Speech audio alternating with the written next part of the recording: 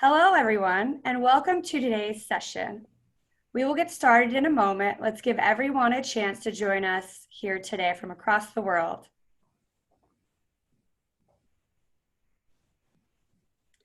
Welcome to the Cybersecurity Pitfalls, Best Practices, and the Way Forward. We appreciate you joining us here today. Our hope is you take away a few tips to use and develop a strong, secure environment. Also, we would love to hear from you during the webinar. Feel free to ask us any questions via the question and answer section below. Now let's get started. I'd like to introduce you to today's panelist. Andres Mendez Barco, Security Manager for the ISS Testing Division.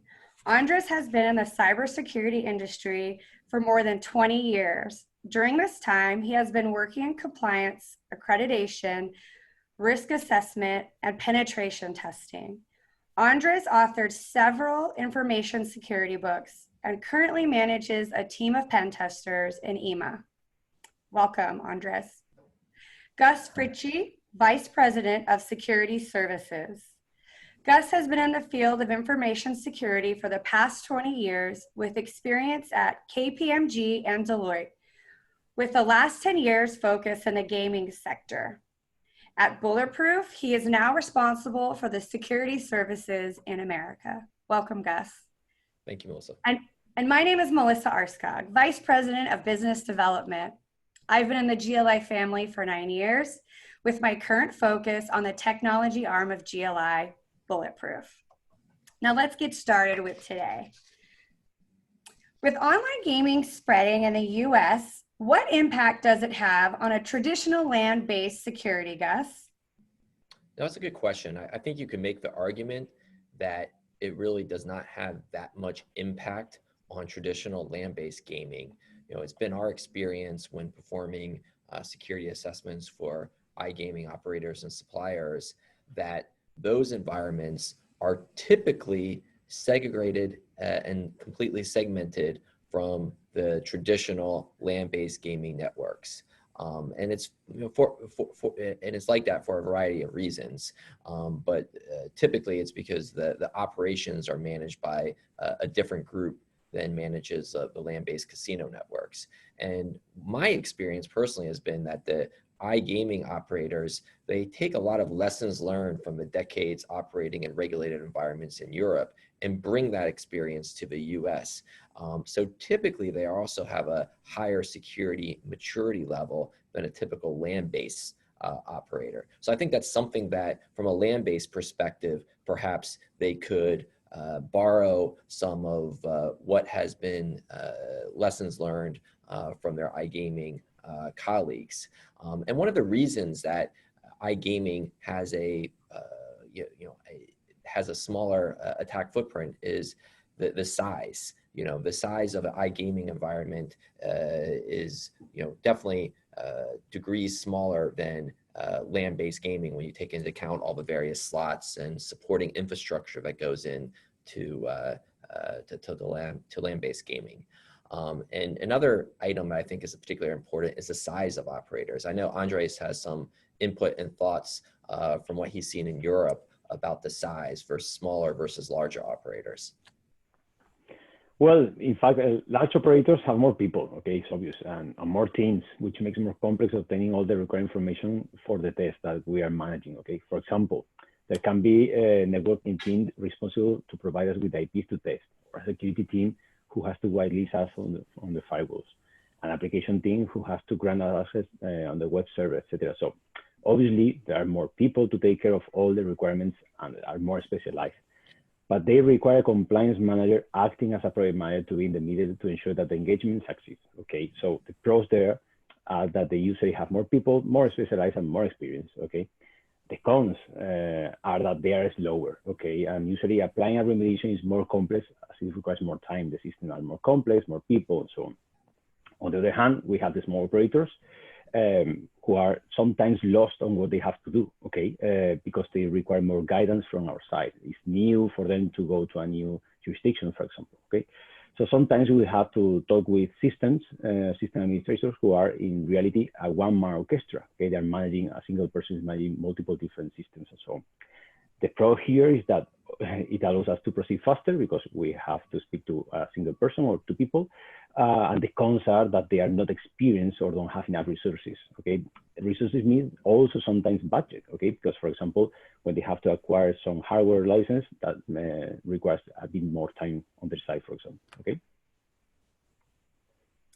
Very good points, Andres. I also noticed in working with the iGaming manufacturers that it's very common for them to use data centers, whereas most of the land-based casinos and operators manage their services on premise as opposed to in the data centers. Thank you both for that. Yeah, and a related point, Melissa, is also that iGaming operators often deploy into the cloud, or that's what we're seeing more, recently.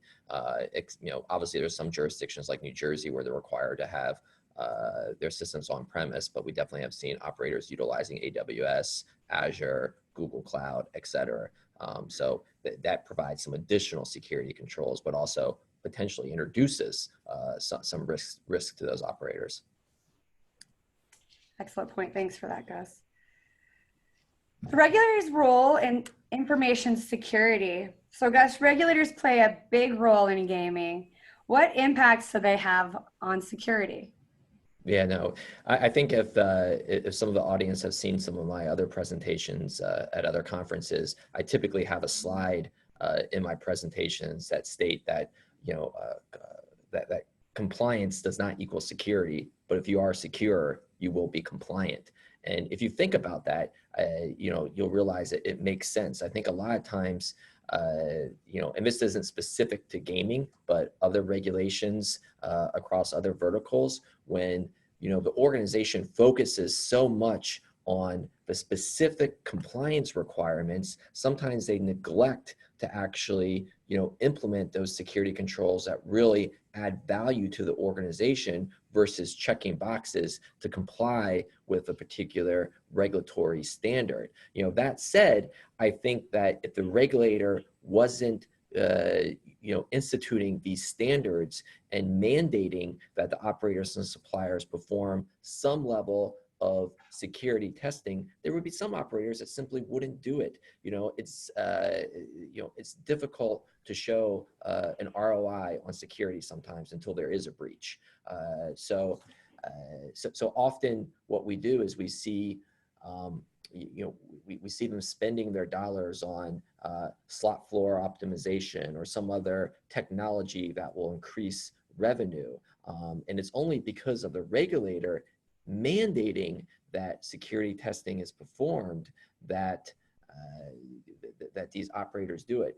Not to say that's every operator and supplier. We do have plenty of customers that take security very seriously. We have customers that come to us for security testing in jurisdictions where it's not even required from a regulatory standpoint, and those are the customers that we like to work with.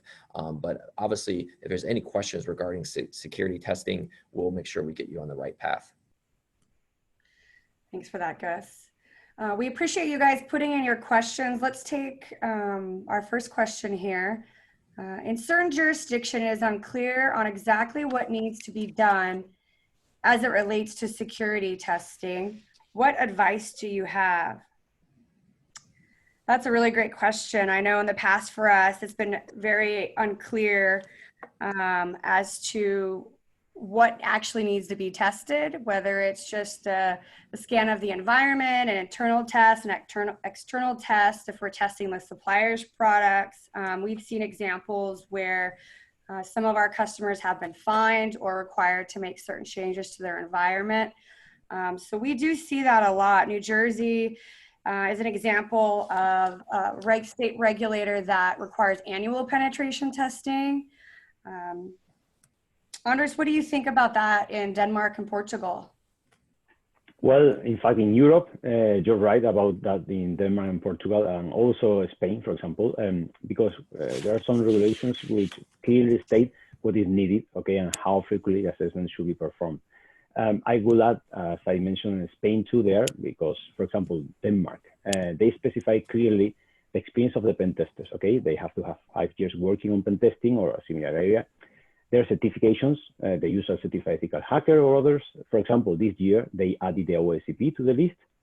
Which kind of test should be performed as a sample that both unauthenticated and authenticated tests must be performed, or their frequency. They specify that it's quarterly for vulnerability assessments or annual for penetration tests. Who has to do it? For example, they specify that it has to be a laboratory who has to conduct the test, and what to do if there are findings that cannot be remedied within the time frame, for example. That is very useful, okay? But also, as everything, there are also some jurisdictions which don't make it so clear here in Europe. That happens, for example, in the UK and Sweden, okay? But the good thing is that as we have experience in all the regulations and jurisdictions, we can advise our customers on what is the best approach to satisfy any regulatory requirements, because we have experience, we've seen how other customers have done it, and we are in a very good position to guide you, okay, as I mentioned before, with the small companies. Excellent point. Thank you for that, Andres. As a reminder, continue to put your questions in the Q&A box down below if you have any additional questions. Moving on, how do suppliers secure products and go to market? Security in the software development lifecycle. How important is it, and how hard is it to implement, Gus? You know, that's a good question, and it's something that I've been focusing a lot of my time on recently. You know, what we've seen is that often we're brought in at the very last stage of the SDLC process, so right before or when a system is already in production. And unfortunately, when we come in at that stage to perform our security tests, if we do find problems or issues, it is often much more expensive for the supplier to fix, rather than making sure that they build in that security throughout the SDLC process. So you have this concept of DevOps, but what I like to see is SecDevOps, so the security into that development operations lifecycle. Now, you know, the problems that often suppliers have with this is having the right personnel with the training. Developers are really good at doing, you know, certain things, developing really cool games, software, you know, user interfaces. You know, sometimes they're not the best at developing and writing secure code. So that's why it's very important for the organization to make sure that they're building in that security into certain checkpoints throughout the SDLC process. So, you know, there should be code reviews from a security perspective that go on internally before that code even makes it to a third party for evaluation. Same thing with performing dynamic testing. There's no reason an organization can't perform their own automated dynamic scans against the software at various checkpoints. So the whole goal here is that you find some of these potential issues before they make it to the final round of testing, when you're about to go live in production, and all of a sudden you find a critical software or vulnerability that, you know, prevents you from going live and causes you to go back into that development process. And, you know, we've seen examples of this before in the past, either where a rogue developer inserts code into, you know, some system or software. We had an example back in 2005 in sort of the unregulated days of online poker with Ultimate Bet and Absolute Poker, where a rogue developer actually inserted what is known as God mode into the software that allowed, you know, a player that had access to this to the code base to be able to actually see the other player's hole cards. And of course, you know, if you can see the other player's hole cards in poker, it doesn't really matter how good you are, you're going to end up winning large sums of money. In this case, it cost the UBAP, you know, over $25 million that they had to repay to players. And that wasn't even, you know, from my understanding, the tip of the iceberg. And I think if we had that type of vulnerability or issue in today's regulated iGaming in the United States, you know, either be it on sports betting or the iGaming side, where there is some flaw that impacted the integrity of gaming, you know, it would be a crushing blow to the industry. And we definitely have suppliers that are working with our Bulletproof team to take a proactive step to examining their software. One of the slot manufacturers recently approached us to see if we could reverse engineer the gaming software because they were concerned that if it fell into the wrong hands, someone be able to reverse engineer it, be able to utilize it on the black market or in unregulated jurisdictions. We actually were able to reverse engineer it, write custom code in order to fake the licensing generator and actually run it on an unauthorized system. And provided some recommendations on where they can make improvements into that software. So absolutely, I mean, if you're not building security into the SDLC process, you're going about it the wrong way. Great point, Gus. Let's see if we can't take another question here. As a supplier, what is the right level of testing that I should be doing? What is the best practice? What do you think, Andres? It is not easy to test a supplier, okay? Because the systems are designed to be used by an aggregator or a casino website. So it's challenging for us, okay? Because we are provided with documentation from an API. There are business cases that sometimes you can't deduct from the documentation, okay? So that's the reason why we always ask suppliers for a front end, for example, to play their games, because that allows us not only to interact with their API or service, but also see if there are business logics that we could attack, okay? So my first piece of advice here would be that please have ready a demo environment so you can provide the pen testing laboratory. Always similar to your production environment, okay? Because it is expected that we test production. Nowadays, most of the vulnerabilities happen on the web applications because of their big attack surface and the close relationship between the front end and functionalities. For instance, nowadays, JavaScript is widely used on front ends because of responsive sites and so on. And we must not forget that JavaScript is executing the client's browser, okay? So we've seen sometimes that part of that functionality is something that the end user could modify, okay? Fortunately, that era when security was a synonym of firewalls is gone, for the good and the bad. And there are also solutions to better protect your systems. We're talking about web application firewalls and solutions in the cloud like Cloudflare or Encapsula, for example. The problem with them is that we can really test your environment, okay, your supply environment for those attendees who are suppliers. And the objective of a penetration test is to detect vulnerabilities before the hackers do, okay? We've seen platforms which were hidden behind Cloudflare, but because of poor website design and firewall configuration, it was possible to find the real IP addresses of the system and access them directly, okay? So that's why we always push our customers on providing us the direct access to your systems. And that comes with my second piece of advice. Be ready to provide that, okay? So we can identify the vulnerabilities that can be detected through the CDN, okay? Because the CDN are doing their job properly, okay? But those vulnerabilities that we could detect can allow you to determine if there was a mistake during your software development life cycle, as Gus mentioned, okay? Later on, obviously, you can use your CDN to be considered as a compensatory control, so you are compliant. But at the same time, our results for your test can help you improve the security of your systems, your architecture, and also, obviously, your development process, okay? Excellent. Thank you for that, Andres.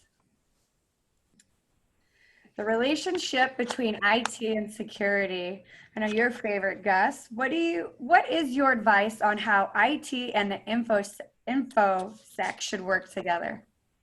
Yeah, it's difficult because, they fundamentally have two different missions. The IT operations is focused on keeping the network and systems up, performance, reliability, and you have information security where, we're focused about the security aspects. No, you can't do that, or that's a bad idea, that's insecure. So often it does create conflict. I'm sure we've all seen it where there's some disagreement or arguments or politics going on between the IT and information security sides. So that's really the problem.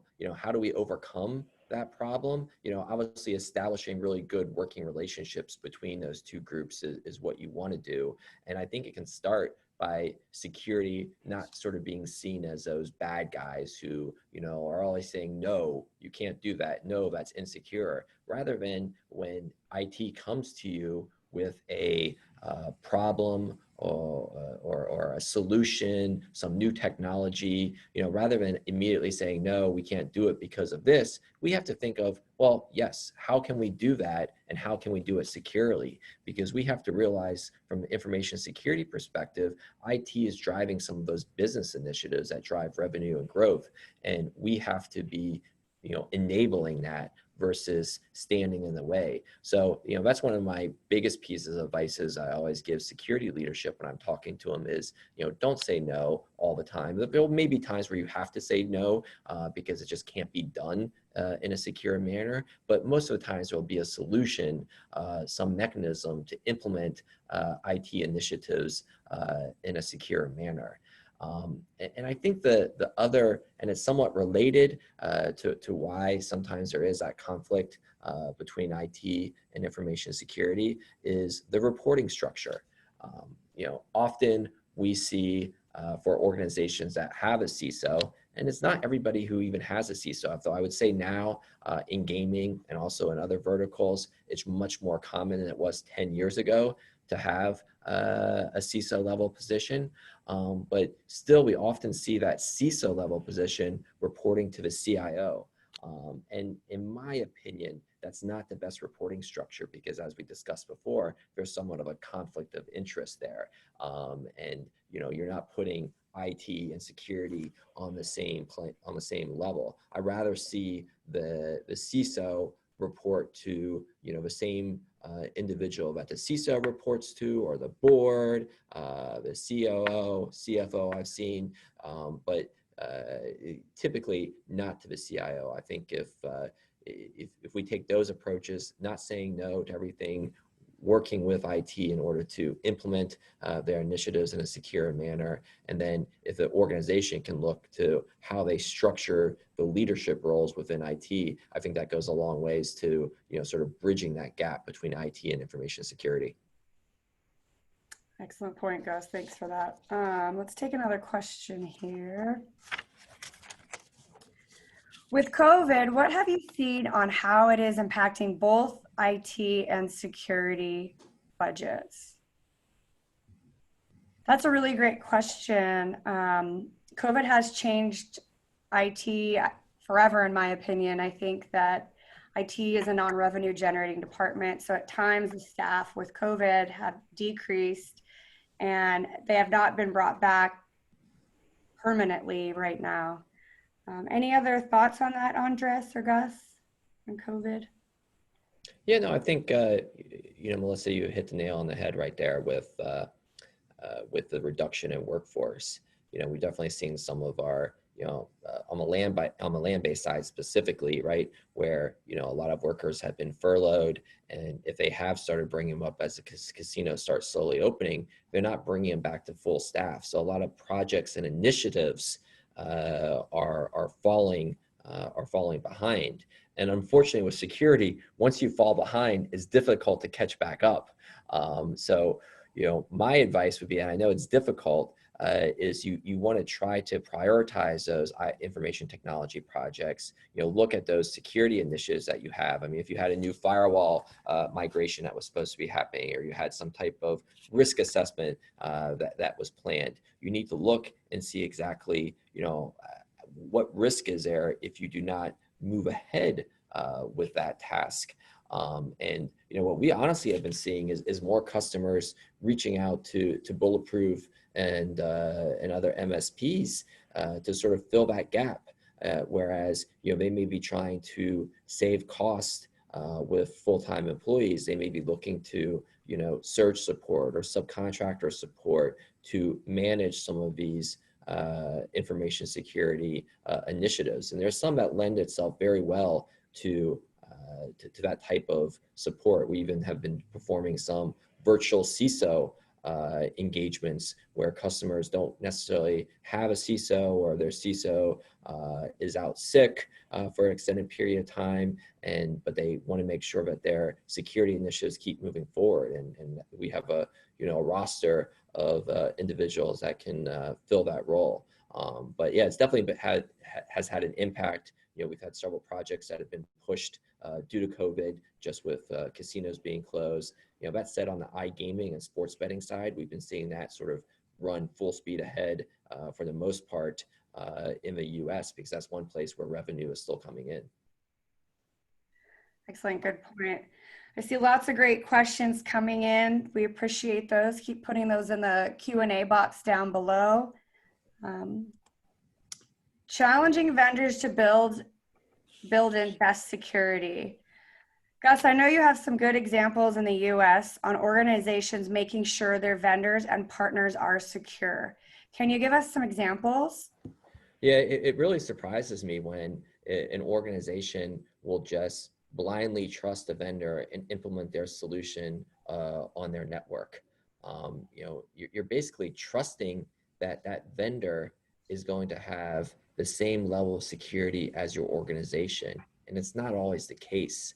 You know, I have going back a couple years, we had a tribal casino that was implementing a play for fun social gaming site, and the vendor was going to implement this solution, and it was going to be hosted, you know, off premise, so it wasn't necessarily directly on the casino's network, but it was integrating with their player database. So you had this connection from this vendor solution back into the casino network through their firewall to the backend player database. And rightfully so, the casino had some concerns, and we were performing an overall security assessment for them, and they asked us specifically to look at this solution to the degree that we could.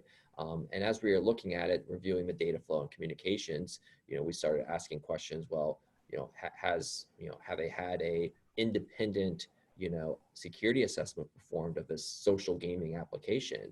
And our customer went back to them, asked that question, and after waiting a number of days, they finally got a response back that, well, yes, they had, but it wasn't performed by the vendor. One of their other customers performed a security assessment, but they couldn't share those results. So they were basically, you know, relying on the customers to perform their own security test.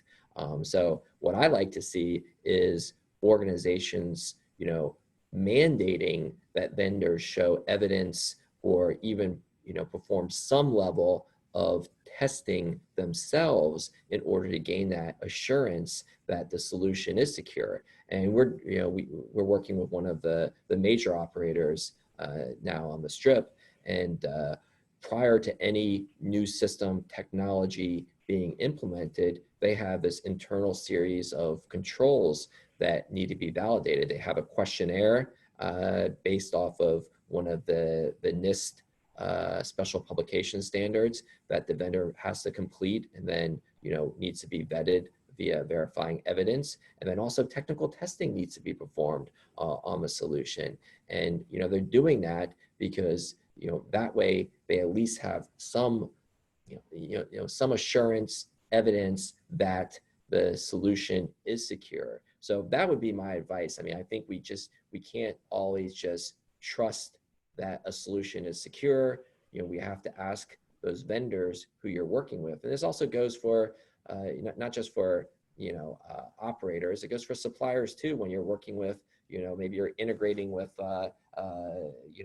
another company as for a complete solution or add-on, you need to ask them, because they're your business partner, how do we know it's secure? And then, just don't take their word for it, trust but verify. So that's what we've been seeing in the US. I'm not sure if Andres has some thoughts from what he's been seeing in Europe. Well, yes, here I think that is generally the regulators, the approach that they follow is that the product that is going to be certified is not just the operators, your casino website, okay? But any piece of software that is there in use, no matter if that's being provided by a supplier or developed by yourself, has to be secure, okay? Because at the end of the day, every piece in this chain has to be secure, okay? So again, an example, in Spain, that is specifically stated in the regulation, okay? But again, another example from another regulator in Europe is Denmark. They did a very good job on that, and they created a specific form for every requirement that they have. They have one for vulnerability assessments, another one for penetration tests, and in them both, we have to specify information about the supplier. For example, when was your supplier's latest assessment? Has it been passed or not? If not, do you have any remediation plan from their side or whatever? What are you doing about that? Okay. So that, from my point of view, is a very good approach because it gives very clear rules to both operators, suppliers, laboratories. Okay, so they all know that this has to be filled. Okay, so it's good for operators and good for suppliers. Okay, because also allows you to differentiate from each other. Okay, the one who is doing better later makes the operator's life easier when they have to maintain their certificate. Okay. Excellent point, Andres. You're welcome. Moving on, verifying security software. Andres, you lead a lot of security testing. What is the best way to verify software security? Unfortunately, there's no single solution for this as a general rule in cybersecurity. The best approach is to apply several techniques, okay? As I mentioned before, the most common attack vector nowadays are websites, okay? That is clear. So first thing is an application layer penetration test. That is a must, okay? Even if there has been a correct security architecture defined, that pen test should be performed during development, as Gus mentioned before, because there are vulnerabilities that are easier to address before the application is released, okay? It's a common understanding. When you're working on that, there are very good penetration testing tools, but nothing can substitute a manual pen test, okay? There are scenarios that applications can test. For example, tampering the business logic. So that's why an experienced pen tester is so important at this stage. Also, we have heard and we have seen artificial intelligence here, okay? It has reached pen testing. And as we try to use the latest and cutting edge technology, we have been reviewing those pen testing tools using artificial intelligence. But at the moment, it's promising, but not mature enough, okay? So again, a good pen tester is needed there. As Gus mentioned before also, code review, the source code review is a must have. But sometimes people think that that's something done at the end of the development. It's not, okay? You have to embed that into your software development lifecycle to reduce the common mistakes, okay? Also, you have to, why do I say that it's not possible that one solution solves all the problem? Because with code reviews, there are vulnerabilities that can only be detected and identified when the application is running, okay? Also, talking about this, another piece of software that we must not forget about is mobile apps, okay? Nowadays, everyone wants to go mobile because there's a huge market there. And testing them can sometimes be as easy as testing the website, okay? Because at the end of the day, sometimes there are only just a grabbed website on your mobile application, on your mobile. It can be iOS, Android, whatever. But on the other side, when it's a native application, it can be challenging, okay? Because you know that there are, for example, iOS is more difficult to test than Android because they have more security layers. And also, we must not forget that when we are testing a mobile application, we must not forget about the API server because those applications, when they're native, they're talking with the API server. So that has to be tested too. So that's something that we do for you, for example. Yeah, what I think, you know, just piggybacking on Andres' point about mobile and sometimes the difficulty of testing mobile, you know, we've been seeing a lot more requirements recently where suppliers, operators are you know, moving into new jurisdictions and their mobile technologies have matured, whereas a few years ago, as Andres mentioned, you know, they're really just, you know, it wasn't any different than a web application. They were just using, you know, HTML5 in the browser. And now with native apps, that's just increasing the attack footprint and also increasing what the supplier needs to have tested and examined. So it increases both your time in the SDLC process as you perform security testing, but also when it comes time for the required testing based on those regulatory standards, just keep in mind that now in addition to also doing web application testing, you're also going to have to do mobile application testing. Very good point, gentlemen. Network security monitoring. We all know that you should be performing network security monitoring, but what is the best approach? What do you think, Gus? Yeah, I think there's two different schools of thoughts on this, right? You can either do it in-house or you outsource it. And it seems easy, right? You know, you just collect a bunch of logs, you review those logs, you find, intrusions. It's not that easy. First of all, in order to set up, a complex logging environment, it's difficult. You know, the software is expensive. The skill set needed to perform the configuration is difficult at times to obtain. And then once you have that incident response team already built and developed and your system's honed, they leave to go to a competitor or they leave to go to another organization. So, you're stuck trying to find qualified staff to perform the monitoring. And, not to mention, I personally find monitoring not the most exciting thing in the world to do. I know some people love to do it and look at packets and look at the traffic and dig into it, but it's very tedious at times. And it's something that you need to be doing 24/7 if you're doing it right, because an attacker doesn't work 9 to 5. So you need to have your defenses up 24 hours a day. So my advice would be, unless you're at a certain size organization, obviously, so, take an organization that has properties across the world, maybe it makes sense for them to build it in-house because it could scale efficiently. You could have staff across multiple time zones, correlating and reviewing the logs. But if you're a medium to single property, I think it really makes sense to offload that work. And that's a picture of our SOC that you see on the slide. And that was one of the first things I did, once my firm was acquired by Bulletproof, was go visit the SOC and actually see its capabilities. And it's state of art. Very impressed with it. They have a full-time 24/7 capability. Not saying that you have to use Bulletproof. Obviously, there's advantages in the gaming sector specifically to utilize Bulletproof just due to our gaming pedigree. And if we have any gaming specific anomalies that we see, like say on an IGT system, we have whole teams focused on these suppliers that we can easily reach out to. So my advice would be, if you're small to medium, seriously consider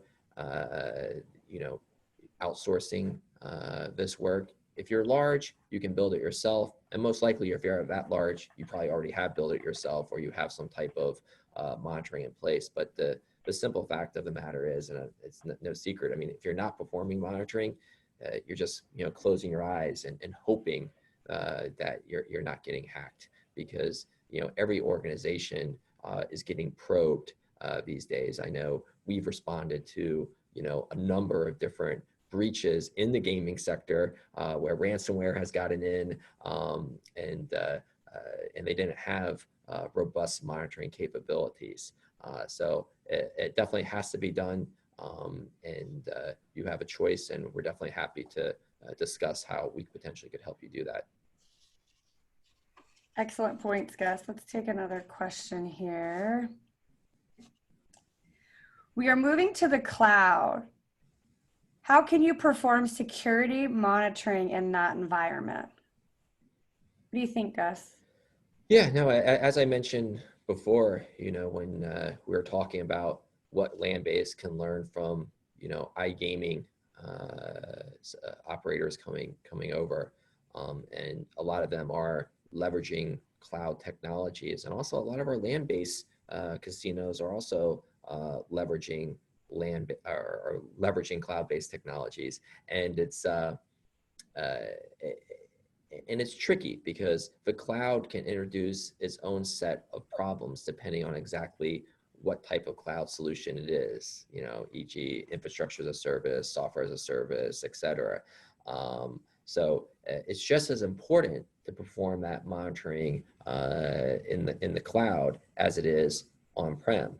There was I'm sure many of you probably heard last year there was a large breach of a major operator where their actual network wasn't impacted, but there was data that was in the cloud that was compromised. So securing and monitoring the cloud is critically important.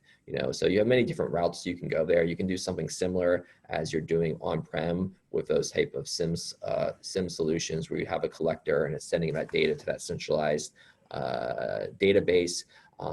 We have a great relationship with Microsoft and utilize a lot of their technologies and solutions, are really big proponents of Azure. So if you move into something like Azure, we have a whole SOC offering that's based on Azure and our Bulletproof 365E solution offering, which sort of is different than what our traditional land-based SIM solution would be, which is IBM's QRadar. So there's definitely solutions out there to go ahead and implement monitoring in the cloud.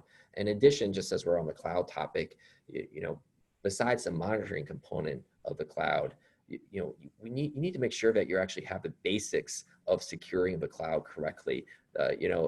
Because often, if you have, say, infrastructure as a service, you're still going to be responsible for those servers that are in the cloud. AWS isn't going to patch that for you. You still have to monitor it and patch it. And to make things even more difficult, the access control, what users have access, who can deploy in the cloud. A lot of times that's where we see those mistakes getting made. So it's important to have some type of, cloud security posture assessment, both if it's in AWS, Azure, Google Cloud, et cetera. So there's different, approaches you want to take to securing the cloud, and monitoring is definitely one of them. Great points. One thing I also see with that COVID's brought about is a lot of tribal nations have, historically not used cloud services. And I think across the globe, depending on whether you're in gaming or not gaming, a lot of companies are looking for cloud services. And so you bring up some really good points with that to pay attention to. So thank you for that, Gus. Initiatives that can improve organizations' security. What are the top 3 things an organization can do to increase their security, Andres? Okay, we have raised 3 here. The first one is vulnerability management. Let me explain what it is, okay? It begins right after a vulnerability assessment or a penetration test has finished and the results are delivered. The company, you, must decide what to do with the vulnerabilities discovered, okay?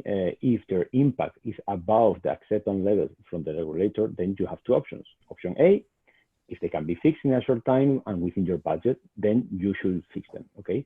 After that, obviously, a retest has to be conducted, so we verify that they were remedied properly, okay? You have option B. If that's not possible, you don't have budget, or you don't have enough time to fix that, then you need a compensatory control to be put in place, okay? So the vulnerability cannot be exploited. And then you need, obviously, a remediation plan because that will require more time, more people involved, and so on. So you keep control on that. But what to do with those sort of vulnerabilities that are lower, okay, and they are not required by the regulator to address them, okay? A common scenario for most of you is that you operate in multiple jurisdictions, okay, and then you can have different risk acceptance levels, okay, among your regulators. Also, on the other side, it's true that usually you use the same systems on multiple jurisdictions, okay? So our recommendation and the best approach there is to define a risk acceptance level that is the same for all the jurisdictions, for all your systems, because even if that sounds a bit more difficult or challenging, at the end of the day, it's going to be easier for you, okay? Because for your IT guys, it's going to be easier later to maintain for the compliance manager and so on. Our recommendation is to apply at the same level, okay? It's going to be better for you. Also, as Gus mentioned before, one thing is compliance, another thing is to be secure. And I always like to give real life examples, okay? For example, in real life, regulators require cars to have safety belts and brake lights, okay? We know that it makes our car more secure, but they don't require to have airbags or ABS brakes on our cars. And we know that if we have them, we are more secure. So don't forget about those lower risk vulnerabilities, because if you sum up lots of them together, they can increase the risk for your systems to be breached, okay? Second thing that we wanted to mention is patch management, okay? There's no need to wait for the results of a penetration test to improve your system security. Think about the latest vulnerability discovered on Microsoft Windows on DNS, that it has been unnoticed for 17 years, okay? 17 years it was there, okay? So it's easy to apply the latest patches provided by your vendors, but for doing that properly, don't forget that you should require using a software that is maintained, okay? Assign the responsibility and have resources, because if not, at the end of the day, everybody's busy with the user activities and nobody applies that. And obviously having an environment where you can test the patch in staging before applying to production. There have been examples where patches didn't solve the problem at all, or they generated other problems, okay?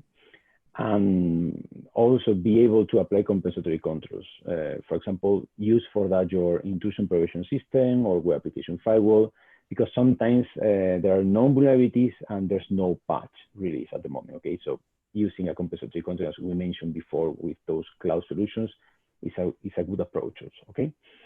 And third thing that we wanted to mention is continuous monitoring. The first day a system is connected to the internet, it has, and if it has a vulnerability, it's going to be detected, okay? And it's going to be exploited within hours, okay? Or even less, because there's lots of people nowadays and using automated malicious tools looking for them.